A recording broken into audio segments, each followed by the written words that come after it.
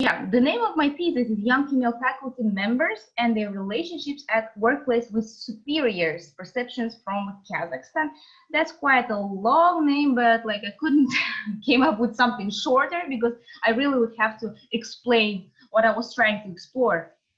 And yeah, I was trying to explore what kind of relationships does young female faculty members have with their superiors at workplace. And by superiors, I mean the dean of the faculty, the vice deans. I will go into details into the terms later on. So yeah, this research was done at the master's level at the new GSC. However, I presented it last year at from Hungary because I was already in Hungary last year, so I presented it at the 33rd International Congress for School Effectiveness and Improvement. That's one of the biggest conferences that happen in school education. Even though my research was in higher ed, I applied there as a PhD student from Hungary, and as you can see, I bet you know these faces. There's Ali and Rita, and a couple other people from Latvia. There's Susha, Ashkirinkulovna, Bridget. Like, it was cool to see them there because I actually did not expect to see like any GSC staff and colleagues from there. And there's also a girl who's standing next to me. It's Aygin Saltubaldina. She's also our graduate. She was also presenting her master's thesis. So yeah, I think we have set up a good benchmark at the like American conference last year, even though it was in Africa. It's one of the like global studies.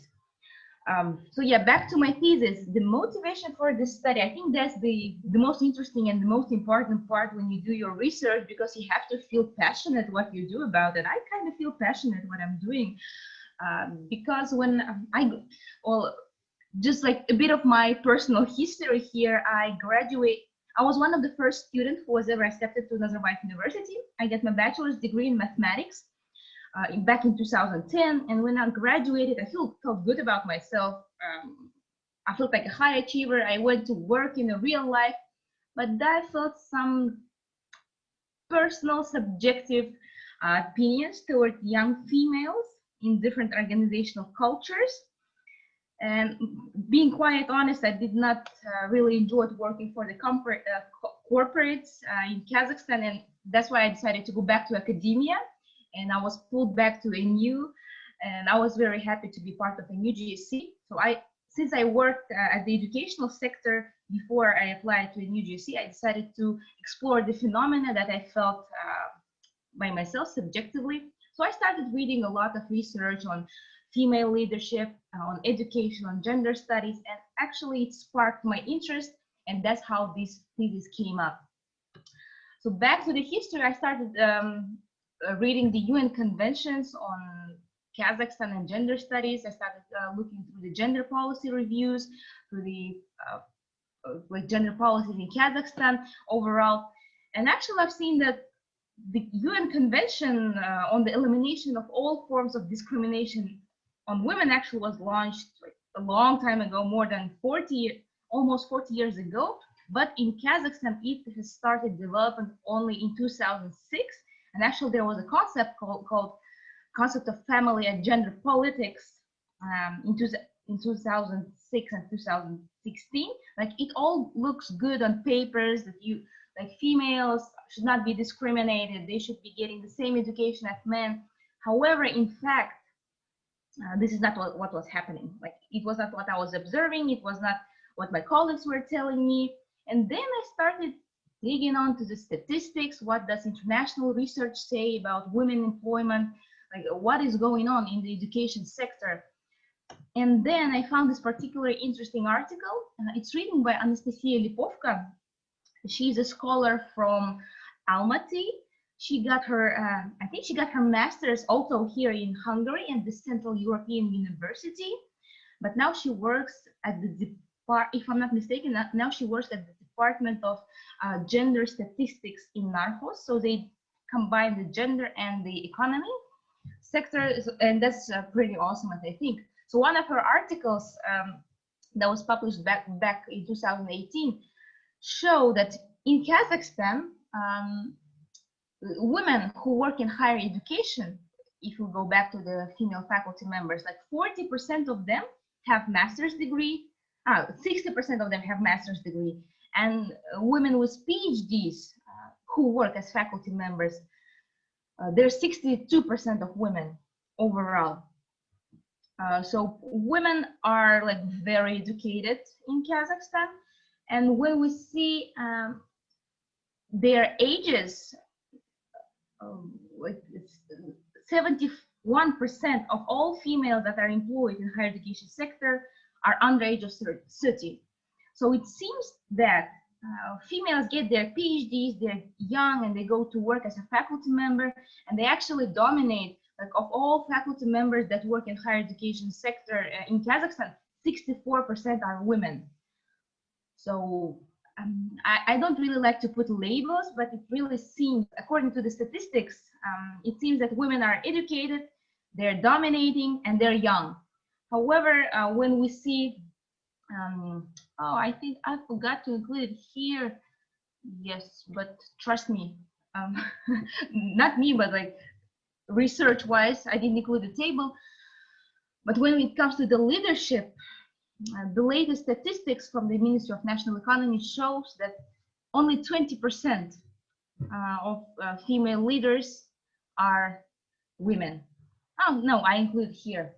So there was a lecture by Aida Sigintayeva, our dean, the dean of the Nazarbayev University Graduate School of Education. She gave this statistics at one of the roundtables that only 16 out of 115 university presidents are female, and out of 467 vice rectors in Kazakhstan, only 144 were female. Those are statistics from 2014.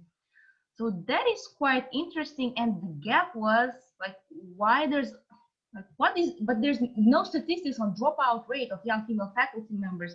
And I think that's the interesting part to research in the future. But that was the gap that I mentioned in my master's thesis, but I personally slightly different questions. I would go further on with my research questions a bit later. So yeah, a lot of educated females, a lot of young females, but not of a bit of females go to the leadership positions in higher education, bearing in mind the fact that it's actually the feminine dominated sector. So that's what sparked my interest, and I started exploring this phenomenon further. When you do research, you can't really trust only one source. Of course, there's like famous and Kazakhstani scholars who do Western study of research, but I tried to compare with the data from international sources. Particularly, I looked up the OECD data, and again, it shows the same as Anastasia Lipovka was saying from Almaty, that there is like a lot of men professors and science of doctors. However, women, there are more women at the level of PhDs or candidate of sciences, but there's not, but there's almost a balance at the level of associate professors. But we all know that associate professor is not like a full professor. There's still a big gap to be achieved there. You still have to do research. You still have to be productive to reach, to be promoted in your career. So the question was why this like gender imbalances is happening at the leadership position. And my thesis was supervised by Aliya Kuzhabekova. She's also a professor at Nazarbayev University, and I was inspired actually by her research too. She does a lot of research on female leadership, on leadership and educational policy in general. And she was saying that in one of her papers, she was saying that Kazakhstani female academicians face complexities in identities, in traditional, in Soviet and Westernized neoliberal expectations, and that's what makes them hard to reach the female positions. So these three sectors are very broad to explain, and I can just like summarize them in one sentence, but I will try to explain it. So by traditional, we mean the Islamic influence that we had historically. Maybe Muzaffar can later add on here from the history perspective. Since Kazakhstan was influenced by traditional like Islamic and historical influences, then there was a particular image of female that she had to fulfill. She had to be obedient and caring and nurturing. She has to be like caring mother and the caregiver However, then the Soviets came and women's image completely changed. Women had to be educated. There was opened like girls' schools, and the woman's image changed to a double burden where she had to be productive economically. She had to be a worker. She had to boost up the Soviet country's economy, but at the same time, she was still a caring and loving mother. And nowadays, what we are all influencing, as I think, is the westernized neoliberal expectations. When females are there, they give this image of being a strong woman, the woman who can be free, she can earn her own money, but at the same time, she has to be a very nice mother and a daughter-in-law and killing and whatever, and she has to be also strong as a Soviet woman, both productive economically and financially stable as like Western free women. So these complexities in identities make hard for females to reach leadership position and advance in their careers because of a lot of reasons. It's just hard emotionally, it's hard physically, and sometimes you just have to be like a Wonder Woman to succeed in all spheres of life. And like, why would we care about, okay, like you're a female, like you can just have a family and be a nice mother and daughter and a wife, but why would we care? There, Dubok and Turahanova, those are the scholars who do research for OECD. So they cite one of the major reasons of shifting those traditional norms and gender expectations is that at the political, economic, and social sector, like women dominated in healthcare, education, and services. But to balance out these gendered workforces, we have to look at the organizational culture first, how people perceive females and what kind of relationships they have at workplace with supervisors. So I'm just combining this all different researchers to see this logical sequence. So there's an imbalance in workforces. It is influenced by the organizational culture, which is related to the relationship at workplace. So, I mean, it really depends how women advance in their careers. It's essential what kind of organizations they work for and what kind of relationships they have with their supervisors and with their colleagues overall. And back to the question, why should we care? Because I mean, we're all now influenced by diversity and equality, and it's just not fair when somebody gets to be a leader and somebody doesn't. And you can't just restrict somebody of being ambitious and okay, there's Alexandra coming in. You can't just restrict somebody from achieving the leadership positions just because she has, like, historically she has not been privileged to do so.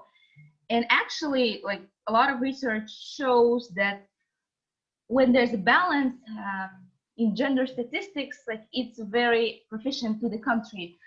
I didn't include it here, but since now I'm developing these proposals to my PhD research, I think Norway, yes, Norway has balanced out the gender statistics in education, and they actually boosted up the income from the education process when the gender statistics at the leadership positions was equal.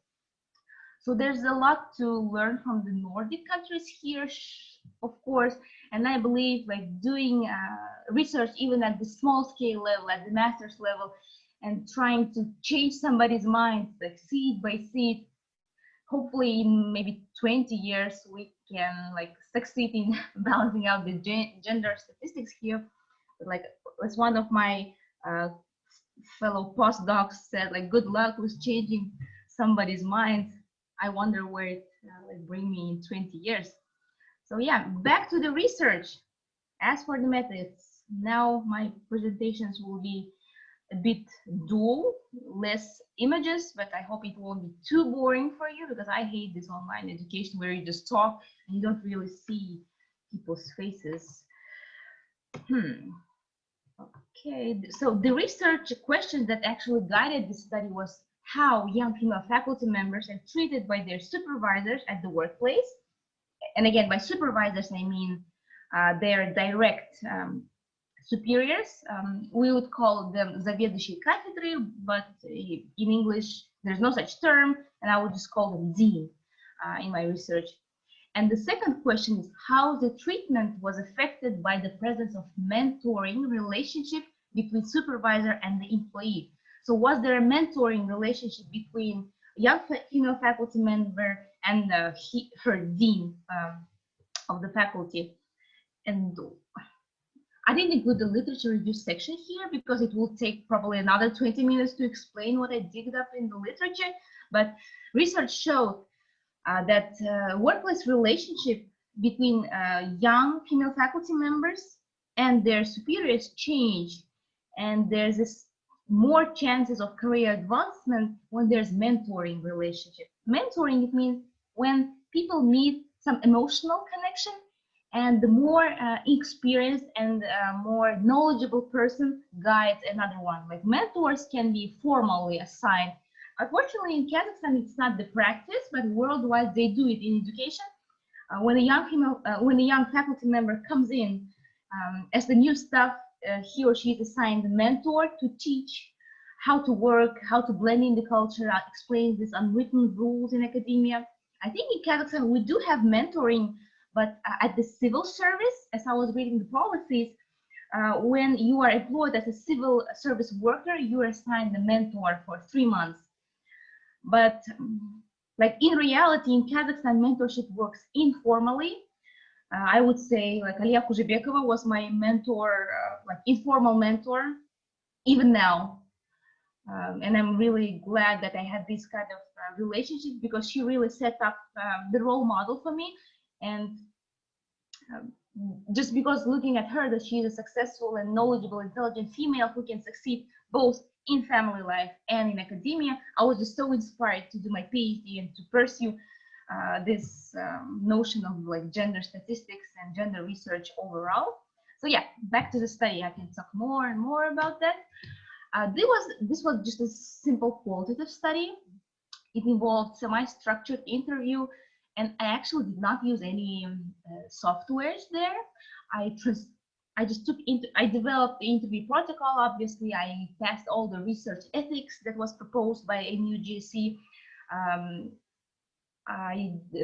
The participants were enrolled via snowballing sampling. So I just found one person who would fit in my criteria of participants, and they suggested the other people who could potentially participate in the research. Well, of course, it has its own drawbacks, but that's how it should work. That's how it worked, because I was actually thinking to send an official letter via the ministry to the universities, but then the issue of anonymity and confidentiality was raised by the ethics committee, and people were not really willing to speak up about their organizational cultures and their workplace relationship openly, because they could be like easily distinguishable when their deans would read the research and if the research was published.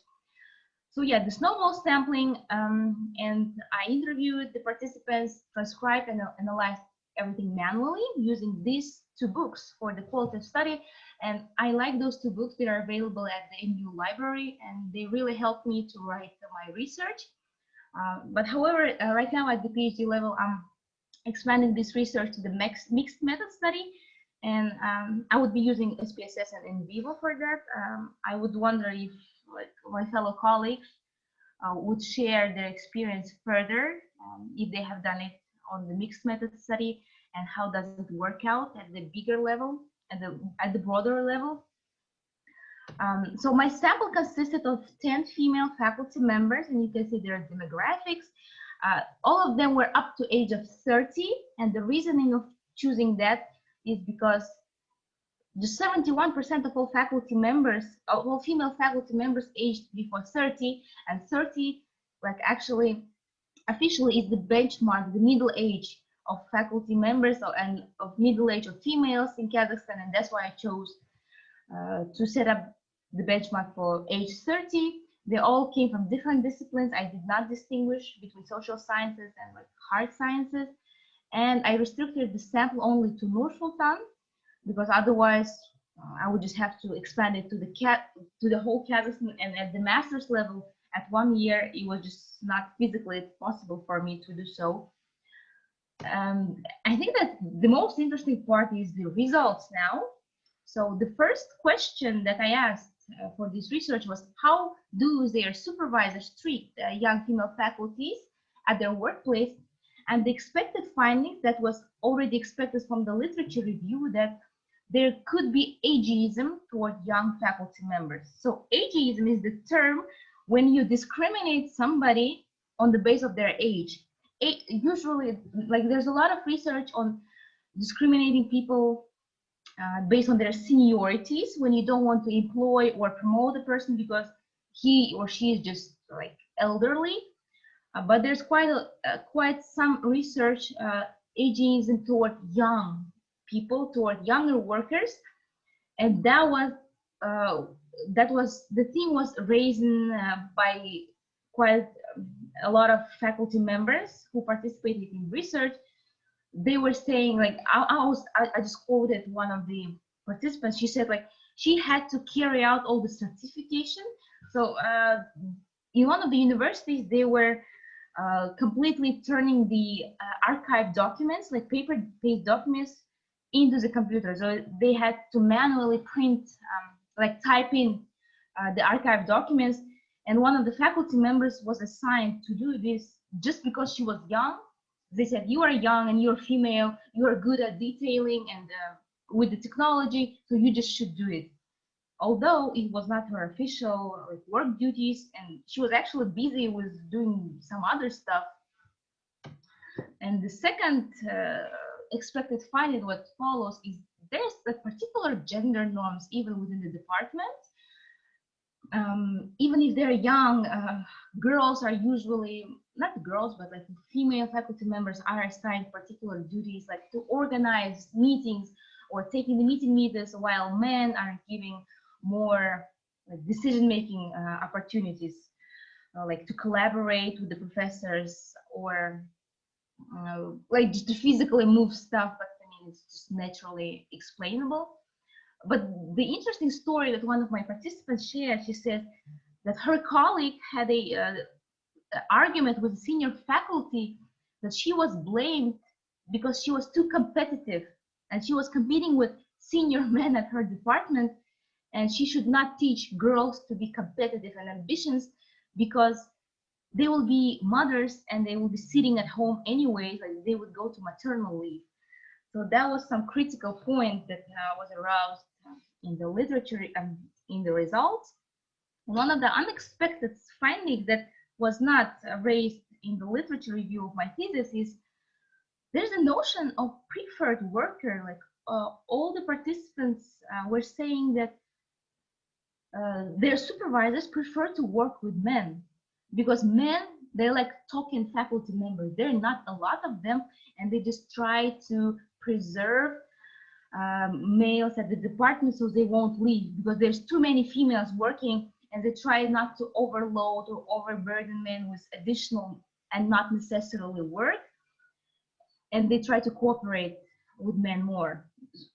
So it seems like men were valued more, like at least in my small scale study, that was the thing that aroused. And the second research question, like how the treatment changes if there are mentoring relationship between faculty member, the young female faculty member, and her dean of the school. First of all, mentorship was not even common, and people did not really like understand what does mentoring mean. But after I explained, mentorship is like the emotional connection when more experienced person shares knowledge and skills with the less experienced faculty member. Only 4 out of 6 participants told me that they have mentoring relationship between their deans of the school and themselves. And the common themes that was expected and that aroused from the results is when young female faculty members are mentored by their supervisors, and deans of the school, they have this sense of collegiality and friendship in the department. They enjoy working there, and they always discuss career opportunities, how to advance in further on. But however, all these 4 participants who perceived their deans of the schools as their informal mentors, they said their deans are very different. Either they lived all their lives abroad, or they're foreigners. That's all that happened. And the other expected finding from the literature review was the positional status. It had this more like negative coloring here, but whoever was mentored by their deans of the school said they had a feeling that department chairs like mentor young female faculty members just because they want to look good in front of the academic society, like just to get some merits, just to get some positional status, and to be respectable in the eyes of like the bigger academic society, which I think is like it's normal. It's just human psychology to be. Everybody likes to be like patted on the back if you have done the good work. And the unexpected finding, which would be like expected for those who know the Kazakhstani like organizational culture, but in the research it hasn't been brought up.